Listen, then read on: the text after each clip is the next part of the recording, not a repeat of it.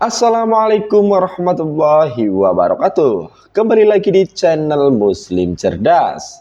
Sahabat, kuburiyun sebuah istilah baru yang biasanya disematkan oleh orang yang anti ziarah kubur kepada orang yang suka ziarah kubur. Cukup susah jika harus mendefinisikan arti kuburiyun baik secara bahasa maupun istilah, karena belum menemukan definisi yang jelas dari para pembuat istilah itu. Apa itu kuburiyun dan siapa saja mereka? Tetapi jika dibaca dan disimpulkan dari tulisan-tulisan pembuat istilah, dapat disimpulkan bahwa kuburiyun adalah orang yang suka pergi ke kuburan. Bahkan para pembuat istilah, orang yang datang ke kubur, para wali, dan orang saleh juga dikategorikan sebagai kuburiyun. Entah pembuat istilah memasukkan tukang gali kubur dalam pengertian kuburiyun atau tidak. Tentu ini menjadi topik yang sangat menarik untuk kita bahas. Kenapa? Karena di sini ada generalisasi istilah kuburiyun. Penyamarataan hukum kuburiyun antara yang datang ke kubur untuk menyembahnya dan yang datang ke kubur para wali untuk mendoakannya.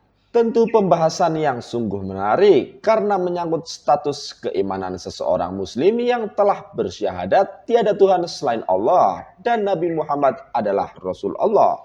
Karena menurut pengamatan kami, ada beberapa pihak yang menyamakan ziarah ke makam wali itu seperti ziarahnya umat Yahudi, Nasrani, dan Konghucu kuburiyun. Secara ilmu nafsuh atau sintaksis, ketika terjadi penisbatan atau pemberian nisbat suatu kata ketika dalam bentuk jamak, maka harus dikembalikan kepada bentuk mufrad atau singularnya. Terlebih jika jamannya adalah munzakkar salim atau muannats salim. Adapun tanda isim tasniyah dan jamak munzakkar salim, maka buanglah alamat tasniyah dan jamaknya jika dinasabkan. Sebagai jamak taksir juga dalam kasus istilah kuburiyun, jika mengikuti kaidah kebahasaan yang benar seharusnya dikembalikan ke mufaradnya dahulu. Dalam bait alfiyah disebutkan dalam kitab nisbat, maka sebutkanlah mufradnya jika ingin menasabkan jamak. Maka seharusnya penisbatan kata kubur bukan kuburiyun. Tentu masalah ini adalah masalah yang sangat sensitif. Di satu sisi ada umat Islam yang giat melaksanakan ziarah ke makam para ulama.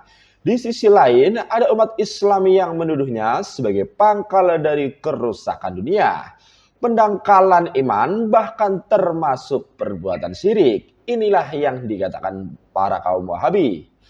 Alasan pertama, mengapa ziarah para ulama itu tidak diisyaratkan? Karena adanya syaddu ar-rihala atau bepergian di situ. Jika dalil digunakan secara umum, pelarangan bepergian dan mengadakan perjalanan jauh. Pastinya bepergian ke daerah lain untuk kunjungan, studi banding, belajar, bekerja, atau hanya sekedar wisata juga dilarang. Nyatanya hal-hal itu juga tidak dilarang, bahkan oleh kalangan yang melarang ziarah makam ulama sekalipun.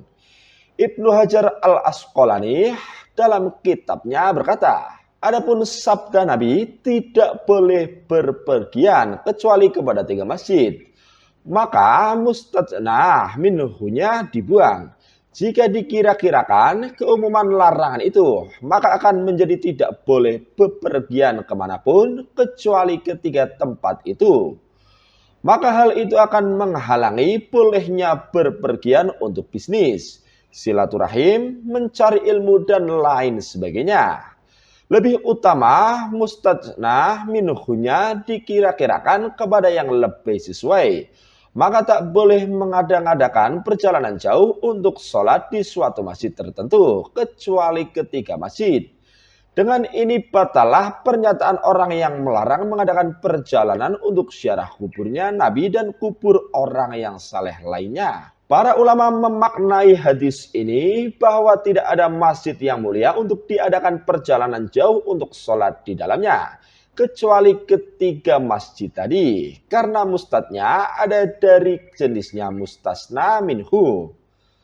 Tetapi jika bepergian jauh ke suatu masjid selain 3 masjid, bukan karena meyakini keutamaan tempatnya, tetapi karena orang yang berada di masjid itu, maka hukumnya boleh.